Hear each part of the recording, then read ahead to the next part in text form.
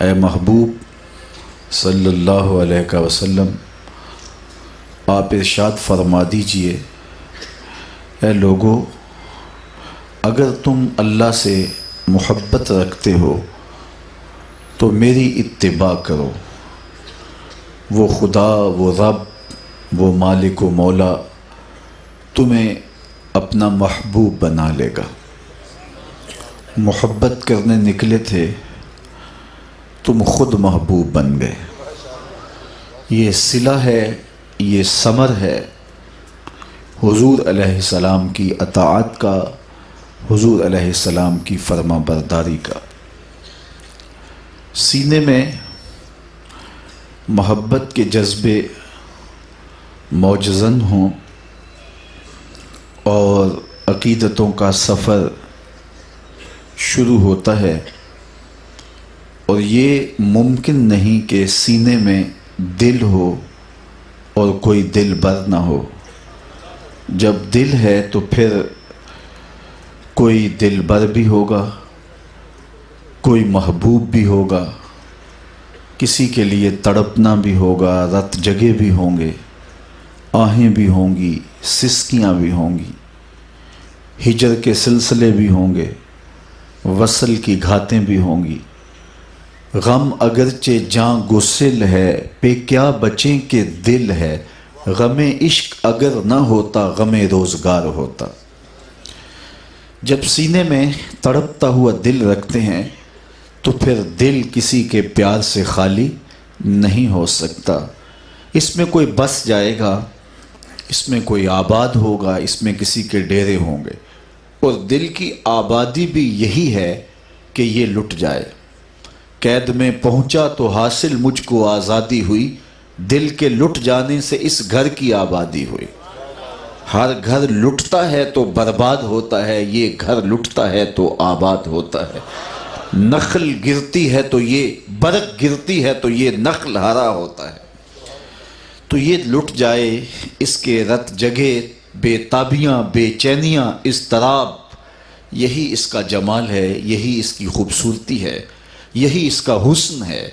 تو جب سینے میں دل ہے تو پھر کوئی اس میں آباد بھی ہوگا، مکان ہے تو کوئی مقیم بھی ہوگا، تخت ہے تو کوئی تخت نشین بھی ہوگا۔ جب دل رکھا ہے تو تڑپ بھی ہوگی، یادیں بھی ہوں گی، رت جگے بھی ہوں گے۔ دل ہے تو پھر کسی کے لیے انتظار بھی ہوگا، کسی کے لیے آہیں اور سسکیاں بھی ہوں گی۔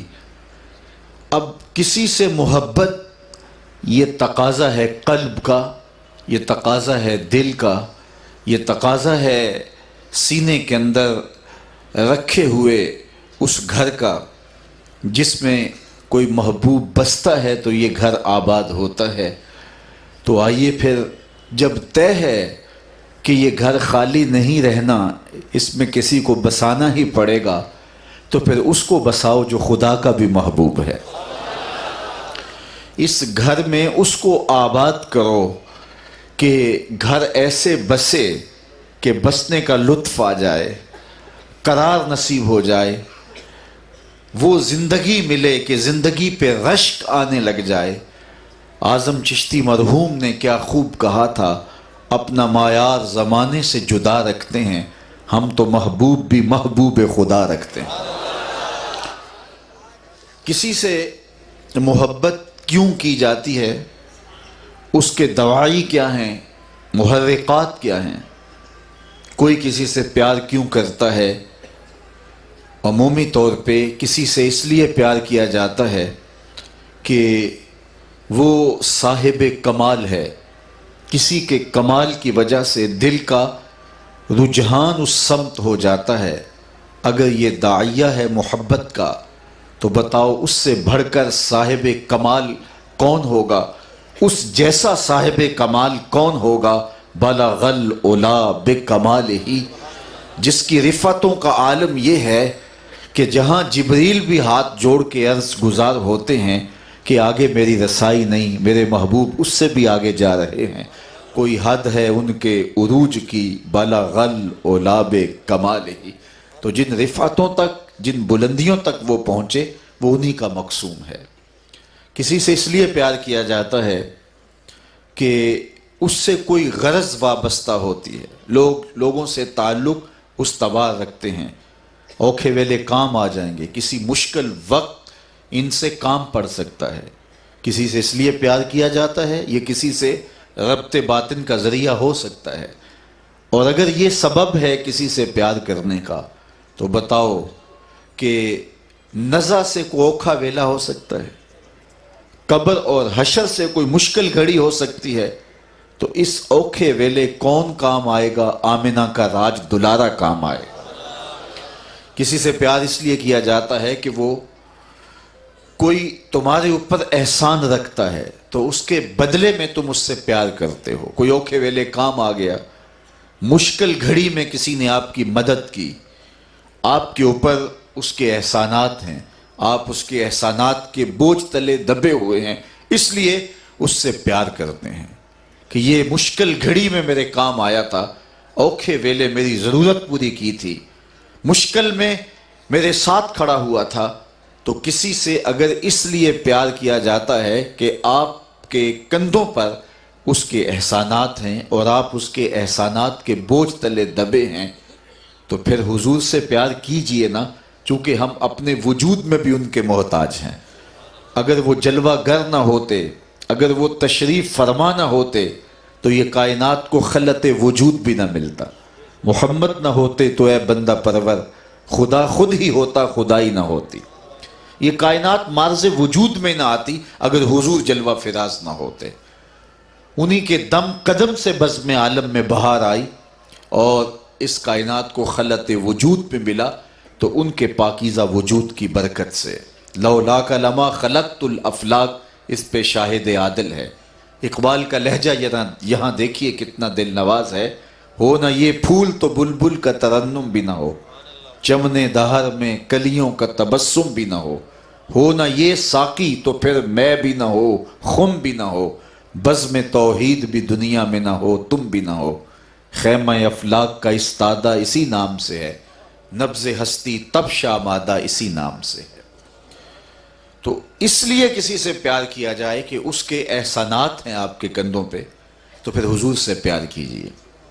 کسی سے پیار اس لیے بھی کیا جاتا ہے کہ وہ پیار کرتا ہے، تو پیار کے بدلے میں بھی تو پیار ہوتا ہے۔